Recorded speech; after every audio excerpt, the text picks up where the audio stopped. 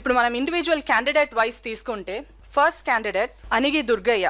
ఈయన రిక్వెస్ట్ ఎలా ఉన్నదంటే, ఈ క్యాండిడేట్ ఇది నేను గోల్డ్ మెడల్ గెలిచాను నేషనల్ గేమ్ లో, అయినా నాకు ప్రయారిటీ ఇవ్వట్లేదు, నాకు కింద ఉన్న బ్రాంజ్ మెడలిస్ట్, సిల్వర్ మెడలిస్ట్ వీళ్ళందరికీ ప్రయారిటీ ఇచ్చారు. ఇప్పుడు ఆన్లైన్ అప్లికేషన్ సబ్మిట్ చేస్తున్నప్పుడు ఈయన మనకి సబ్మిట్ చేసిన అప్లికేషన్ ఛాంపియన్షిప్ లో silver medal, national games gold medal అనేది సబ్మిట్ చేయట్లేదు ఈ క్యాండిడేట్. సో ఇప్పుడు మనం క్లియర్ గా నోటిఫికేషన్ లో కూడా ఇవ్వడం జరిగింది.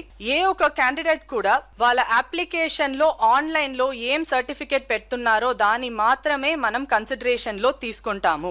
ఆన్లైన్ లో అప్లికేషన్ వాళ్ళు పెట్టకపోతే ఆఫ్లైన్ లో ఫిజికల్ మోడ్ లో జస్ట్ వచ్చి సాప్ లో సర్టిఫికేట్ ఇవ్వడం అనేది ఎప్పుడు కూడా యాక్సెప్ట్ చెయ్యము అనేది క్లియర్ కట్ గా మన నోటిఫికేషన్ లో కూడా ఇవ్వడం జరిగింది. దీంట్లో నోటిఫికేషన్ లో మనం చూసుకుంటే సర్టిఫికేట్ అప్లోడ్ అనే పాయింట్ లో మనం క్లియర్ గా ఆన్లైన్ అప్లోడింగ్ గురించి కూడా ఇచ్చాము. మెరిట్ లిస్ట్ అనేది సెలెక్ట్ చేస్తున్నది కూడా only based on online application అనేది క్లియర్ కట్ గా ఇక్కడ మెన్షన్ ఉంది. అండ్ దాని కిందనే మనం ప్రయారిటీ కూడా ఇచ్చాం. ఇప్పుడు ఒకవేళ ఆ క్యాండిడేట్ కి నేను ఆడింది నేషనల్ గేమ్, నేషనల్ ఛాంపియన్షిప్, దీంట్లో దేనికి ప్రయారిటీ అని నాకు తెలీదు అని చెప్తే అది కూడా ఆపర్చునిటీ లేదు. ఎందుకంటే మనం నోటిఫికేషన్ ఇస్తున్నప్పుడే ఏం ప్రయారిటీలో తీస్తున్నాం అనేది ఇక్కడ మెన్షన్ ఉంది. దీంట్లో క్లియర్ గా నేషనల్ గేమ్ అనేది 7th పొజిషన్ లో, అండ్ దాని తర్వాత సీనియర్ నేషనల్ ఛాంపియన్షిప్ అనేది కూడా మెన్షన్ ఉంది. సో ఇప్పుడు మనం ఈ పీపీటీలో కూడా చూసుకుంటే తనకు ముందు సెలెక్ట్ అయిన ప్రతి క్యాండిడేట్ కూడా ప్రయారిటీ 54, 55 లో ఉన్నారు. బట్ తను సబ్మిట్ చేసిన సర్టిఫికేట్ మనకి ఛాంపియన్షిప్ లో సిల్వర్, అది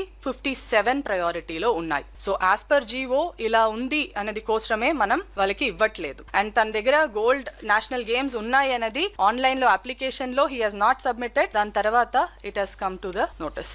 దట్ ఈస్ వై ఈయనకి ప్రయారిటీ ఇవ్వడం కుదరదు.